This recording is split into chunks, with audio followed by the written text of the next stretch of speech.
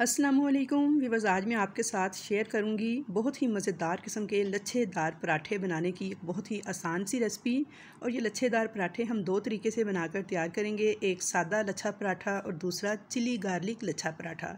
तो I hope viewers कि आपको ये दोनों रेसिपीज़ बेहद पसंद आएंगी। बहुत ही मज़ेदार, टेस्टी, क्रिस्पी लच्छेदार पराठे बनकर तैयार हुए थे। तो चलिए हम रेसिपी स्टार्ट करते हैं। तो इसके लिए सबसे पहले मैंने गंदम का आटा लिया है 3 कप। आप चाहें तो इसकी जगह पे मैदा भी इस्तेमाल कर सकते हैं, और अगर चाहें तो गंदम का आटा और मैदा दोनों बराबर मिकदार में हाफ़ भी यूज़ कर सकते हैं। मैं सिर्फ गंदम का आटा इस्तेमाल कर रही हूँ। अब इसके अंदर डाल दूँगी हाफ़ टी स्पून के बराबर नमक और 1 टेबल स्पून पिघला हुआ मीडियम घी। तो घी यहाँ पे आप देसी घी, बटर या फिर कुकिंग ऑयल कुछ भी यूज़ कर सकते हैं। अच्छी तरह से इन तमाम चीज़ों को मैंने मिक्स कर लिया था और अब मैं इसको थोड़ा थोड़ा पानी डालते हुए इकट्ठा कर लूँगी डो की तरह। तो बस यहाँ पे आपने एकदम से बहुत ज़्यादा पानी ऐड नहीं करना, बल्कि थोड़ा थोड़ा करके पानी ऐड करना है, ताकि जो आटा है एकदम से बहुत ज़्यादा पतली डो की शक्ल में ना आ जाए। तो यहाँ पे देखिए सारे आटे को मैंने इकट्ठा कर लिया था। अब इसको मैं 2 से 4 मिनट के लिए रेस्ट दूँगी। इससे क्या होता है कि जो हमारा आटा है ना, वो अच्छी तरह से पानी को एब्जॉर्ब कर लेता है और जल्दी से मुलायम होना शुरू हो जाता है गूंदने के बाद। तो गंदम के आटे को अक्सर थोड़ी सी रेस्ट दी जाए और उसके बाद अगर इसको गूंदा जाए तो बहुत ज़बरदस्त किस्म का ये तैयार होता है। तो यहाँ पे देखिए आटे को मैंने 3 से 4 मिनट छोड़ दिया था इसी तरह, और अब ये पानी को अच्छी तरह से इसने एब्जॉर्ब कर लिया है। थोड़ा सा मैं इसके ऊपर अब थोड़ा सा घी डाला है 1 टीस्पून के बराबर, और इस घी की मदद से मैं इस आटे को अच्छी तरह से गूंदते हुए मुलायम कर लूँगी। तो यहाँ पे देखिए जी, आटा मैंने गूंद के मुलायम कर लिया था, और ये देखिए ऐसा होना चाहिए आटे को, ना तो बहुत ज़्यादा नरम है और ना बहुत ही ज़्यादा सख्त, बिल्कुल नॉर्मल सा है। तो अब इस आटे के ऊपर मैं थोड़ा सा ऑयल लगा दूँगी हाथ के साथ इस तरह से, और इसे कवर करके मैं 10 मिनट तक रेस्ट दूँगी।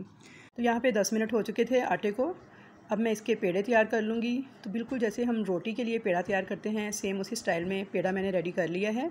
अब इन तमाम पेड़ों को भी मैं 1 से 2 मिनट रेस्ट दूँगी, और एक पेड़ा लूँगी, इसमें से थोड़ा सा इसे खुश्क आटा लगाऊँगी और हाथ की मदद से इसे मैं थोड़ा सा बढ़ा लूँगी, और उसके बाद मैं इसे बेलन की मदद से बिल्कुल एक पतली सी रोटी की तरह बेल लूँगी। तो यहाँ पे देखिए एक पतली सी रोटी मैंने बेल ली थी। अब इसके ऊपर 1 टीस्पून के बराबर मैं डालूँगी घी। अच्छी तरह से इसे फैला लूँगी पूरी रोटी के ऊपर हाथ की मदद से। अब थोड़ा सा मैं इसके ऊपर खुश्क आटा डस्ट करूँगी और इसको भी मैं प्लेन कर लूँगी इस तरह से हाथ की मदद से। इससे क्या होगा कि जो हमारी लेयर्स हैं ना, वो आपस में चिपकेंगी नहीं। बहुत ही ज़बरदस्त किस्म के लच्छे जो हैं इसके बन के तैयार होंगे। तो यहाँ पे देखिए मैंने खुश्क आटा भी सारा प्लेन कर लिया था। अब मैं इसकी एक स्ट्रिप तैयार करूँगी। तो यहाँ पे आप देख सकते हैं कि मैंने इसे उठाया है ऊपर की तरफ, और पीछे की तरफ लाते हुए इसे हल्का सा फोल्ड कर दिया है। हल्का हल्का मैं इसे प्रेस करती जाऊँगी उंगली की मदद से इस तरह से। फिर मैं इसे उठा के थोड़ा सा पहले इसे ऊपर की तरफ उठा के फिर पीछे की तरफ इसे फ़ोल्ड कर देना है।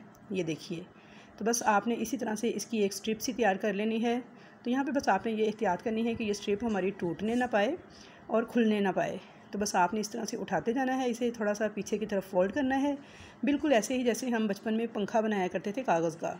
तो ये कागज़ के पंखे के स्टाइल में ही हमने इसको इस तरह से उठा के फ़ोल्ड करते जाना है, ऊपर की तरफ उठाना है, बैक को फ़ोल्ड करना है, हल्का हल्का प्रेस करते जाना है। तो यहाँ पे देखिए ये स्ट्रिप मेरी रेडी हो गई थी।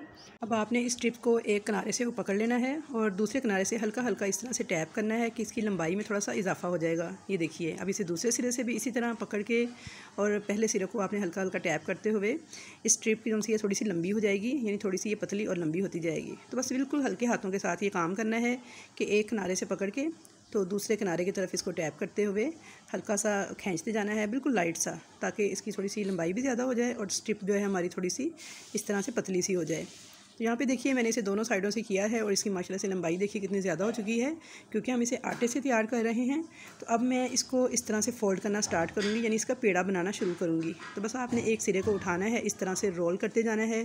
तो यहाँ पे देखिए ये हमारा कितना ज़बरदस्त किस्म का लच्छे पराठे का पेड़ा जो है वो रेडी हो चुका है। तो भी बस दिखने में आपको थोड़ा सा ये मुश्किल लग रहा होगा, लेकिन यकीन मानिए बहुत ही आसान और बहुत ही ज़बरदस्त किस्म का पेड़ा बन के रेडी हुआ था, और बहुत ही आसानी के साथ ये तैयार हो जाएगा। बस थोड़ी सी आपको प्रैक्टिस की ज़रूरत है, तो उसके बाद इतना ही ज़बरदस्त किस्म का लच्छे पराठे का पेड़ा आप भी रेडी कर लेंगे। आखिरी सिरे को नीचे की तरफ इस तरह से दबा देंगे, हल्का सा हाथ के साथ इसको प्रेस कर देंगे। तो ये देखिए ये एक पेड़ा रेडी है। अब इसको हम 4 से 5 मिनट रेस्ट देंगे, यानी आपने पहले सारे पेड़े रेडी कर लेने हैं, 3 से 4 मिनट तक इनको रेस्ट देनी है। और उसके बाद जो सबसे पहले पेड़ा रेडी किया था उसको उठाना है, थोड़ा सा मैदा डस्ट करना है, और इसके ऊपर हाथ की मदद से आपने हल्का हल्का प्रेस करते हुए इसको पराठे की शेप दे लेनी है। आपने इसको बहुत ज़्यादा प्रेस नहीं करना, यानी बहुत फोर्स नहीं लगानी, बिल्कुल हल्के हाथों के साथ ये काम करना है। जितना आपसे हाथ से हो सके उतना आप इसे फैला लें, और बाकी को आप बेलन की मदद से भी फैला सकते हैं। लेकिन बेलन को भी जब चलाना है तो बिल्कुल सॉफ्टली, बिल्कुल हल्के हाथों के साथ आपने चलाना है, बहुत ज़्यादा प्रेस नहीं करना, वरना हमारे जो पराठे के लच्छे हैं ना वो सारे दब जाएंगे और खुलेंगे नहीं। तो ये देखिए मैंने इसे हाथ से बढ़ाया है, थोड़ा सा मैंने इसके ऊपर बेलन चलाया है और बिल्कुल मैं हल्के हाथों के साथ बेलन चला रही हूँ। तो यहाँ पे देखिए जी पराठा हमारा रेडी है। तो अब मैंने तवा एक गर्म होने के लिए रख दिया था, थोड़ा सा उस पर ऑयल डाला है और इस पराठे को मैं डाल दूँगी इस तवे के ऊपर। जब एक साइड से थोड़ा सा ये पक जाएगा तो इसकी मैं साइड को चेंज कर दूँगी। और पराठे को आपने मीडियम टू हाई फ्लेम पे पकाना है, अगर आप लो फ्लेम पे पकाएंगे तो उससे पराठा जो है ना वो हार्ड हो जाता है। तो ये देखिए बहुत ही क्रिस्पी सा हमारा पराठा बन के तैयार होगा। तो बस आपने स्टेप्स को मुकम्मल फॉलो करना है। और थोड़ा सा मैंने घी लगा दिया है, दोनों साइड्स पे इस तरह से उल्ट पुलट करते हुए पराठे को हम सेक लेंगे। पराठा हमारा रेडी हो चुका था। अब मैं दोनों साइडों से इसे इस तरह से हल्की हल्की फोर्स लगाऊंगी, यानी हल्का हल्का इसे प्रेस करेंगे 2 चमचों की मदद से, तो इसके लच्छे जो है ना सारे खुल जाएंगे। तो ये देखिए मैंने इसे दोनों साइडों से हल्का हल्का प्रेस किया है, तो इसके लच्छे सारे खुल चुके हैं। अब मैं आपको दिखाती हूँ। तो यहाँ पर ये पराठा बहुत ज़्यादा गर्म था तो मैं आपको स्टिक की मदद से दिखाती हूँ। तो ये देखिए माशाल्लाह से कितने ज़बरदस्त इसके लच्छे बन के तैयार हुए हैं, आप इन्हें काउंट कर सकते हैं। और कितना क्रिस्पी, कितना ज़बरदस्त, खाने में बेहतरीन लजीज़ पराठा हमारा बन के रेडी हुआ है। तो अब यहाँ पे हम दूसरा पराठा रेडी करेंगे। उसके लिए भी सेम मैंने उसी तरह से रोटी को बेल लिया है, पतली सी घी डाला है इसके ऊपर 1 टेबल स्पून के बराबर। अच्छी तरह से इस घी को मैं हाथ की मदद से फैला लूँगी और प्लेन कर लूँगी। थोड़ा सा मैंने इसके ऊपर खुश्क आटा डस्ट किया है, सेम उसी तरह जैसे हमने पहले डस्ट किया था। इसे भी हाथ की मदद से प्लेन करते हुए फैला लेंगे।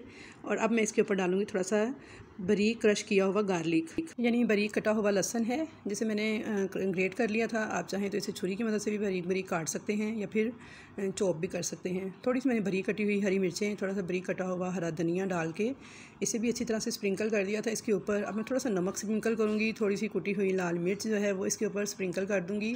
आप अपने टेस्ट के मुताबिक कम ज़्यादा नमक मिर्च डाल सकते हैं। हाथ की मदद से मैंने हल्का हल्का प्रेस कर दिया है ताकि तमाम चीज़ें जो है ना अच्छी तरह से स्टिक हो जाएँ पराठे के साथ। बिल्कुल उसी स्टाइल में अब फिर जैसे हम पंखा बनाते हैं कागज़ का, उसी तरह इसे आगे की तरफ उठा के पीछे की तरफ फोल्ड करके हल्का हल्का मैं प्रेस करती जाऊंगी। और सेम जैसे हमने पहले एक स्ट्रिप तैयार की थी इसी तरह से हम फिर से एक स्ट्रिप तैयार कर लेंगे। तो यहाँ पे देखिए स्ट्रिप मेरी रेडी हो चुकी है।